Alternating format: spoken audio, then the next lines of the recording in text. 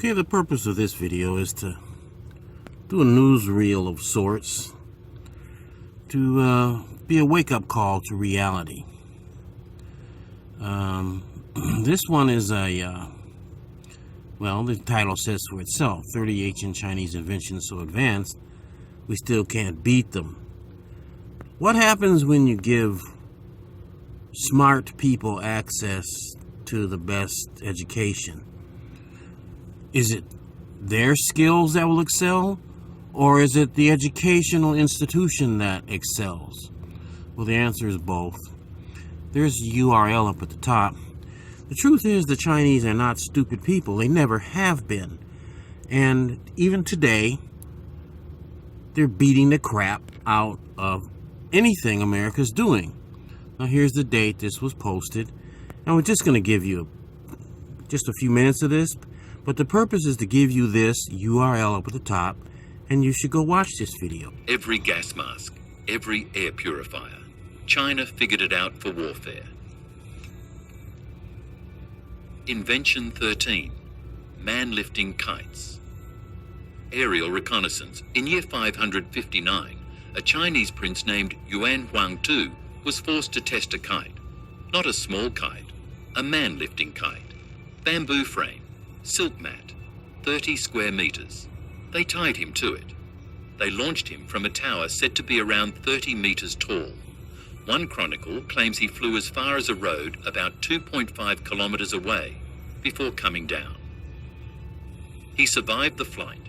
This is aerodynamic lift. The kite's surface area creates drag. Drag opposes gravity. If drag is greater than weight, you fly. Later accounts describe man-lifting kites used for signaling and psychological warfare. Whether every story is literal or not, the engineering principle was real. Imagine you're a soldier. You get the point. There's the URL up at the top. Now here, let's jump to modern day. China just invented a battery that ends gas cars forever. Well, not so fast. But this video, November 19, 2025, does bring a wake-up call. There's a URL up at the top, and just a few minutes of this.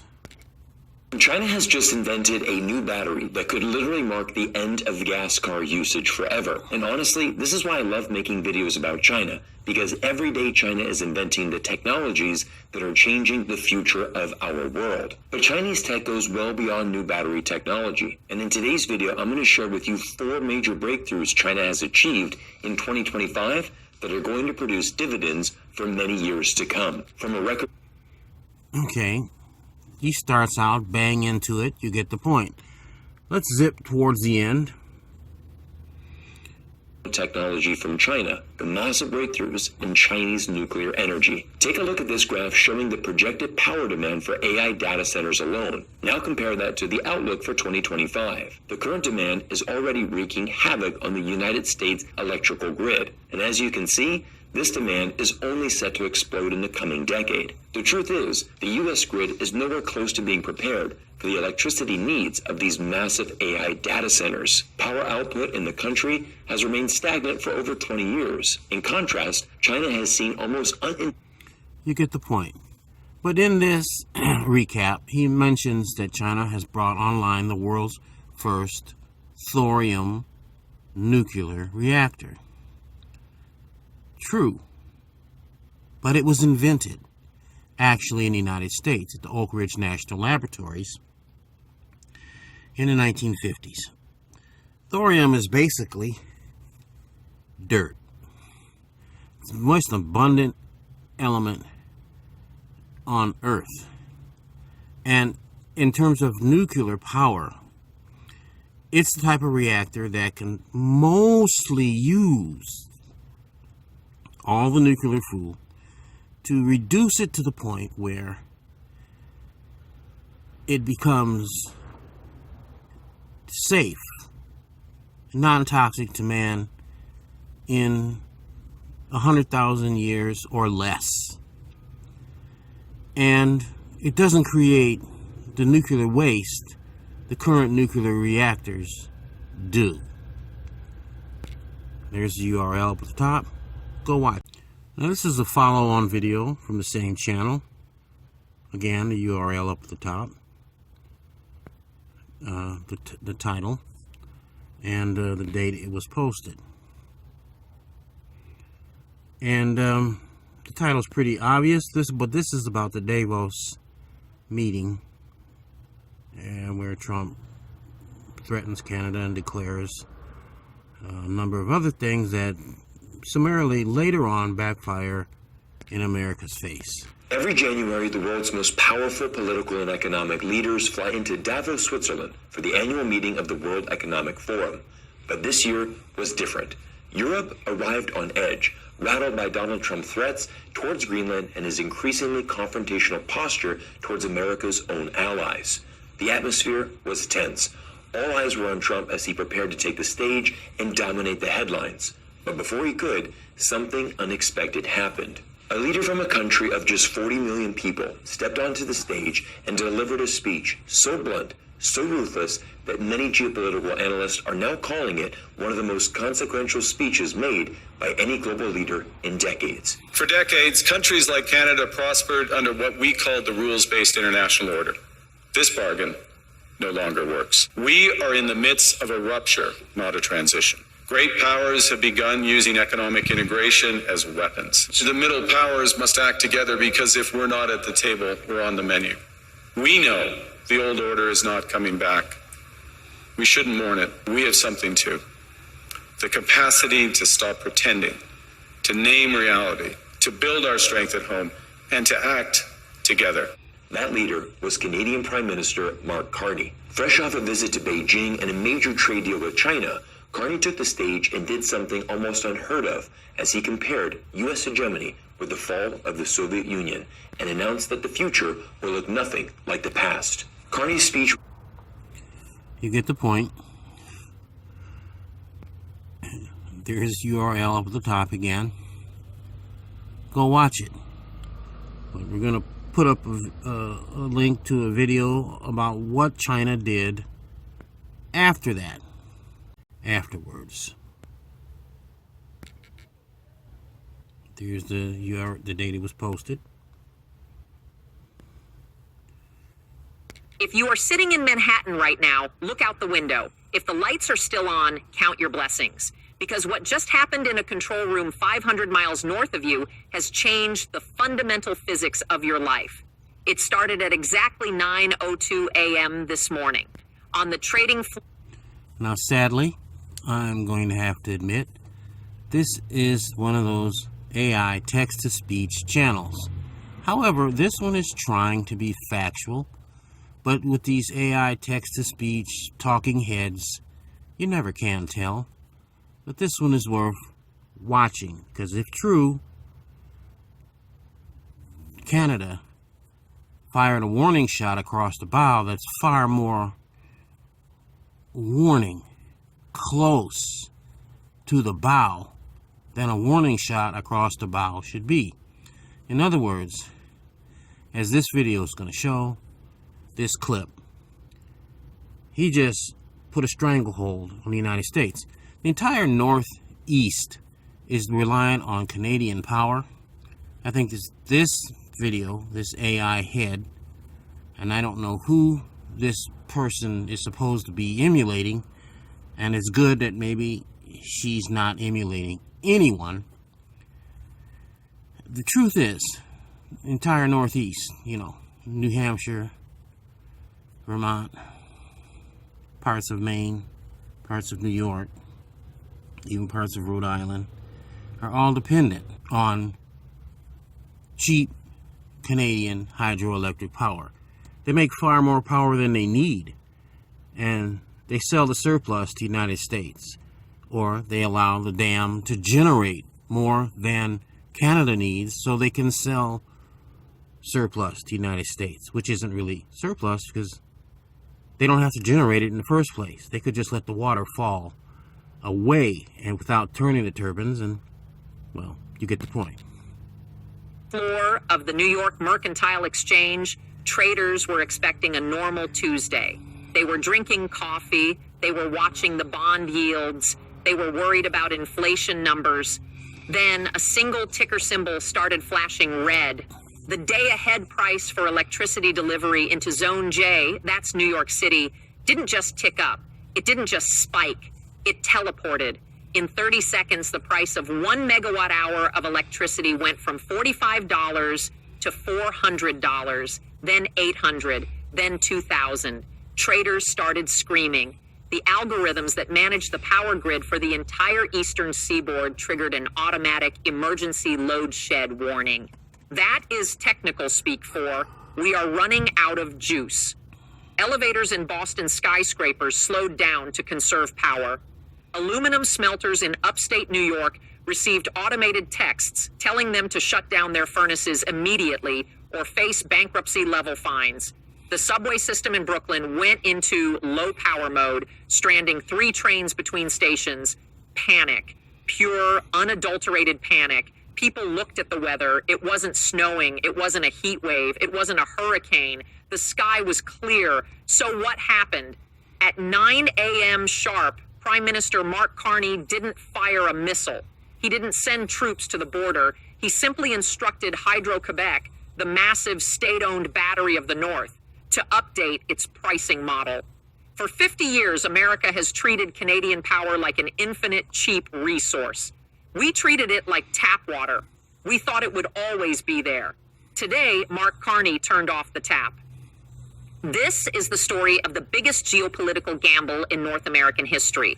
This is the story of how Donald Trump tried to bully a polite neighbor and woke up to find his own country held hostage in the dark. You are watching History Shift, and the lights are flickering. To understand why your electric bill just became a mortgage payment, we have to rewind exactly 72 hours. We have to go back to the inciting incident, because this didn't happen in a vacuum. This was a response, a calculated, lethal response.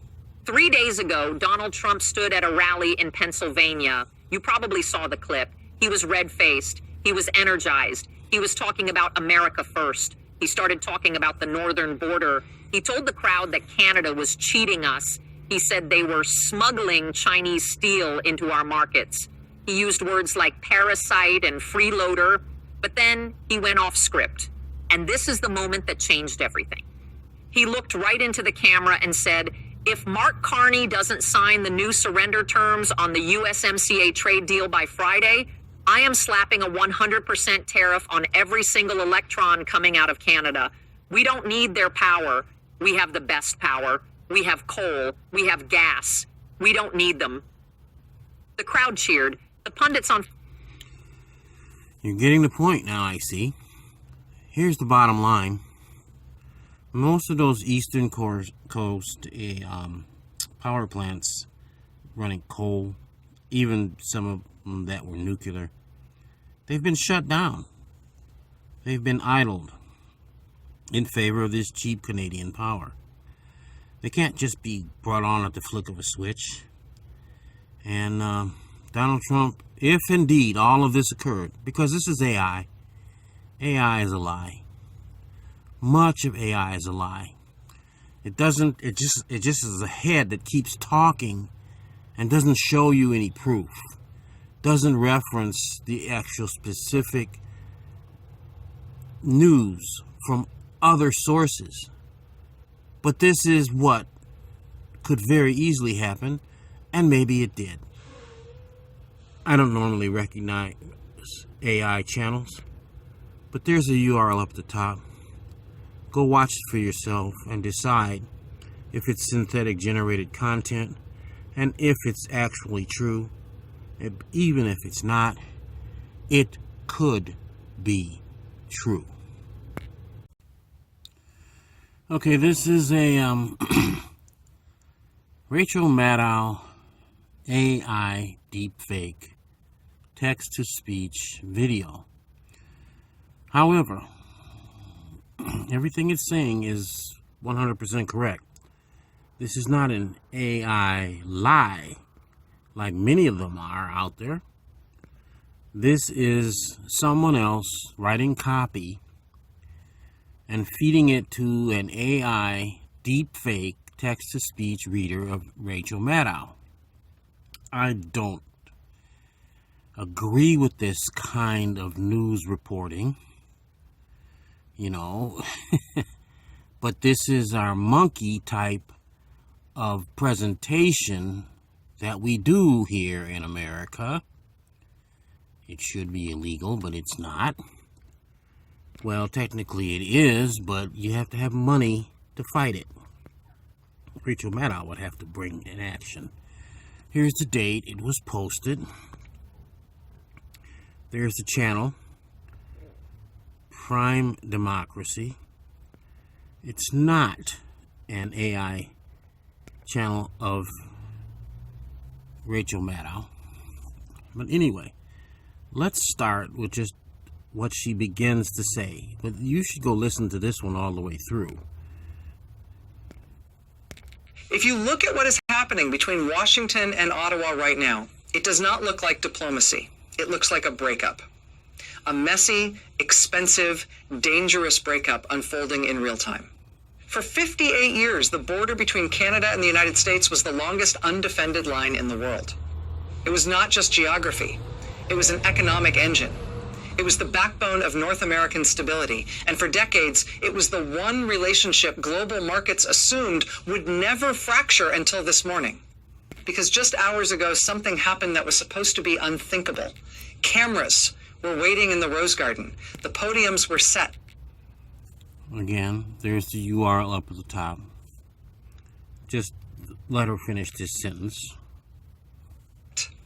The pens were ready.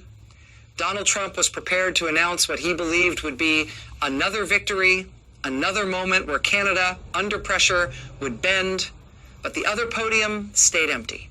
Mark Carney didn't show up. He didn't sign the paper. He didn't offer a counter proposal. He didn't play the game. Instead, he boarded a plane, flew back to Ottawa, and issued a statement that may change the price of the car in your driveway, the food in your fridge, and this is how you know it's AI, because it goes on too long, filling with words. And the bottom line is, when you listen closely and you hear the person screw up a number, that's when you know it's AI. She says something like $2 ain't a billion. That's an AI text-to-speech reader not knowing how to pronounce a number in English. So, anyway, you can go watch this yourself. And this is one maybe you should listen to if you don't understand what's going on. You can stop at the ampersand. And where's ampersand APP? Because the rest of that is just something YouTube throws on there for whatever reason to try and believe that it's a certain type of browser. And this is where America is heading under the leadership of Donald Trump. Down the tubes. And this video goes on to say Trump doesn't understand what he's doing. He's thinking this is about lumber and steel, when this is actually about high technology, minerals, and energy. And he doesn't understand any of that. He doesn't understand that energy just doesn't cut on and off by the snap of a finger. He doesn't understand that when Canada turned around and decided, well, this is our electricity. We don't have to feed it to you at cheap rates. We can charge you exorbitant rates. And either you pay it or you disconnect. And when you disconnect, well, by the way, you've shut down all of your own energy producing plants. So you're wrong. You don't have coal. You don't have nuclear. You shut all that down to use Canadian power. Go watch this video. And this is another follow-up video from basically the same channel about how many countries are going to China to make deals. China is the world's manufacturing country. I mean, they're manufacturing everything. Nobody seems to want to do it because Well, you have to be a communist country to make people work at a wage that will support manufacturing. That's a sad statement. You have to be a communist country to force people to work at a wage that will make you competitive. There's the full title. This is the date it was published. There's the channel. Cyrus Johnson is the same guy. I encourage you to go watch the entire video. However, this is going to jump to a part where another person is interviewing a Chinese diplomat. And there's the URL up at the top. You can stop at the ampersand T equals 330 because that's where it's going to jump to about 5 minutes in. Are you a competitor? Are you an ally? Are you a threat? How would you regard your relationship with Britain? First of all, between China and Britain, from the Chinese perspective, Britain is not a rival, is not a competitor, it is not an enemy, is not an adversary. Britain is just an important country to get along with in peace and in friendship and for mutual benefit. Now, how Britain looks at China, it's up to the British government and people to decide. But I think it would be completely misguided for Britain to view China as an enemy or adversary or a competitor. What do China and Britain compete with?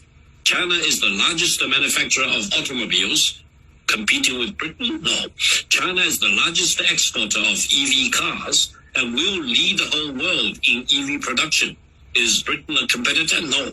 China will be the biggest and most important producer and R&D in terms of semiconductor in no time.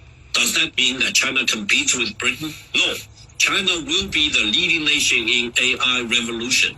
Is Britain a competitor? No. So I think British government should not overestimate its impact on the global scene and view Britain as a rival of China. China is not. China is a fact. China is a megatrend for Britain to live with and get along with. Let's make peace rather than agitating for war. Honestly, it's hard to find a better clip that captures how Chinese policymakers and much of the Chinese public are objectively viewing the current global situation. Notice how the British interviewer opens with a very Western framing. What is China? Are you a friend, an adversary, a rival? How should Britain view you? Well, here's something to think about. This is Lay's Real Talk. There's a URL at the top. There's the title and the date it was posted. China is going to blast ahead. And Chinese Communist Party, CCP, is splitting. A bunch of old fogies trying to keep up with the reality of today. Hello everyone, welcome back. Welcome to Lay's Real Talk. All right, in my Saturday's live stream, I explained why many Western experts miss what's really happening in Beijing because they focus on what's visible, on outward appearances. Remember that line from I Ching, the visible? The invisible and the intangible is the Tao, while the visible and the tangible is only the container. Power in Zhongnanhai works the same way. After the program, one viewer left me a comment saying that you'd explained the theory well, but you didn't really show what's happening on the ground inside Zhongnanhai.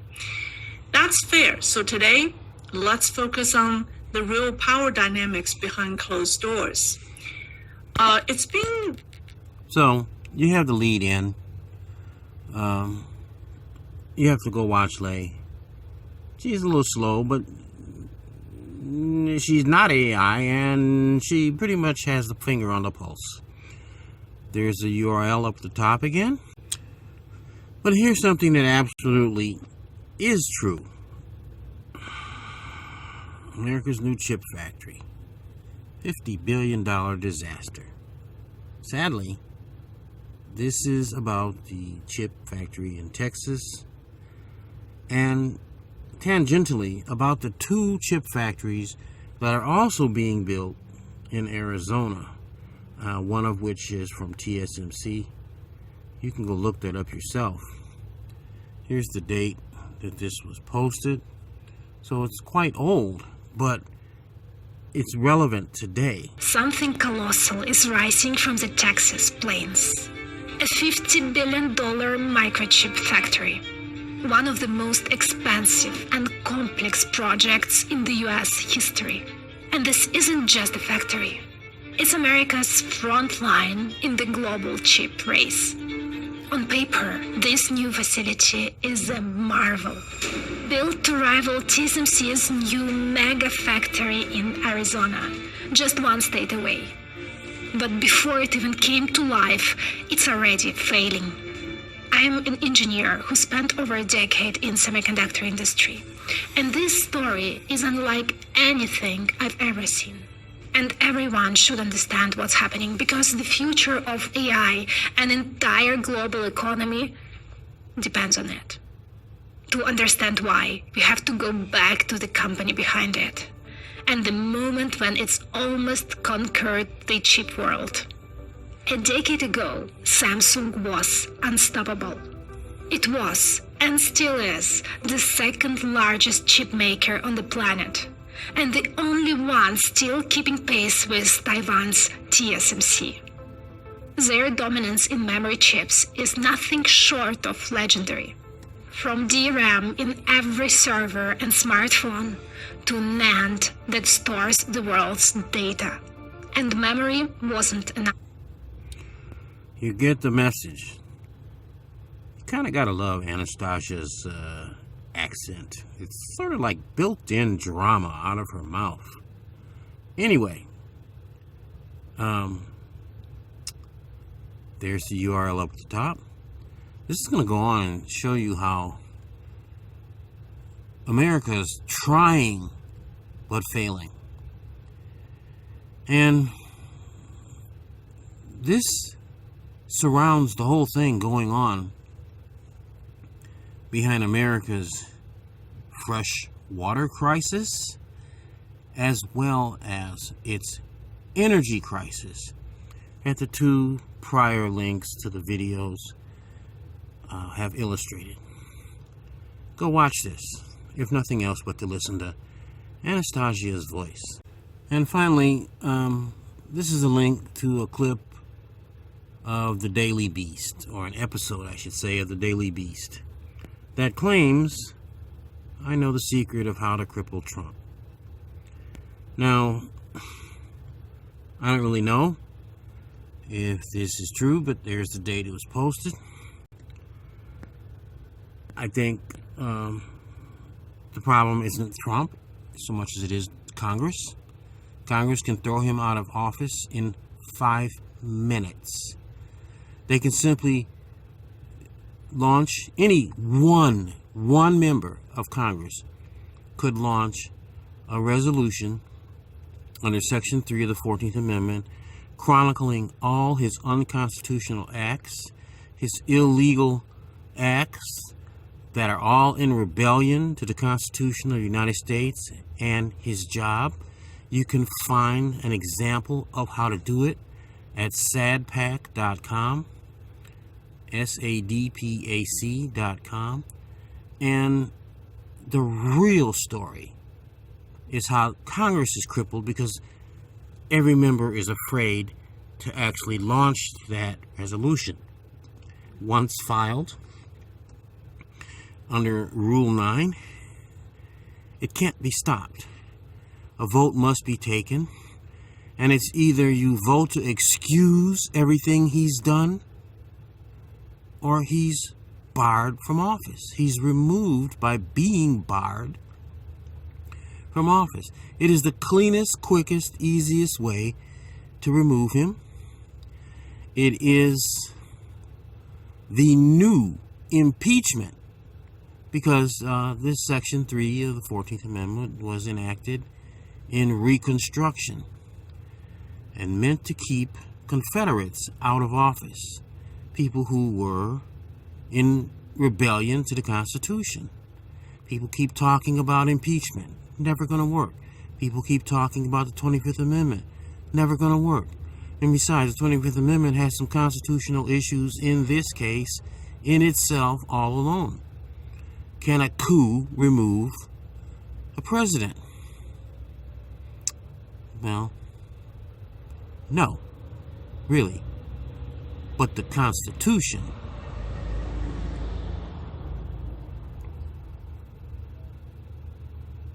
can. The Constitution can remove him quick, clean, no caffeine, on the facts of what he's done.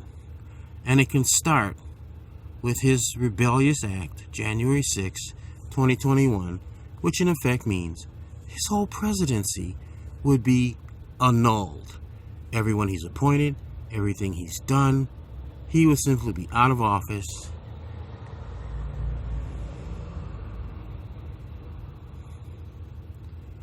And unfortunately, that leaves us in a constitutional crisis, because then Kamala Harris would become the president.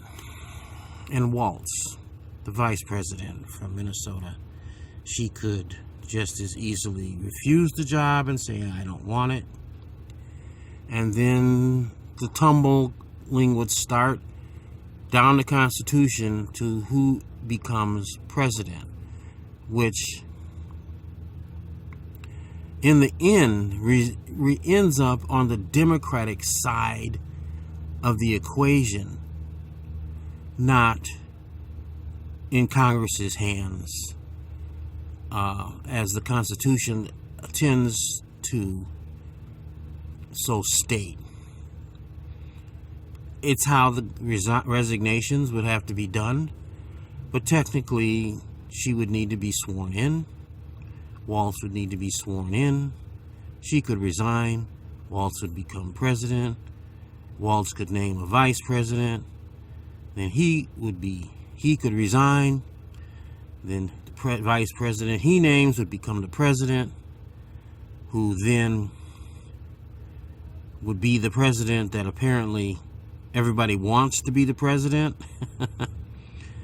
And then he would name his vice president, and there it would sit without the need to involve Congress. Never been done before, but then again, neither has Trump. So we're going to end the video here on a little bit of a clip of this. This is Joanna Cole probably talking some of her typical ridiculous crap with somebody.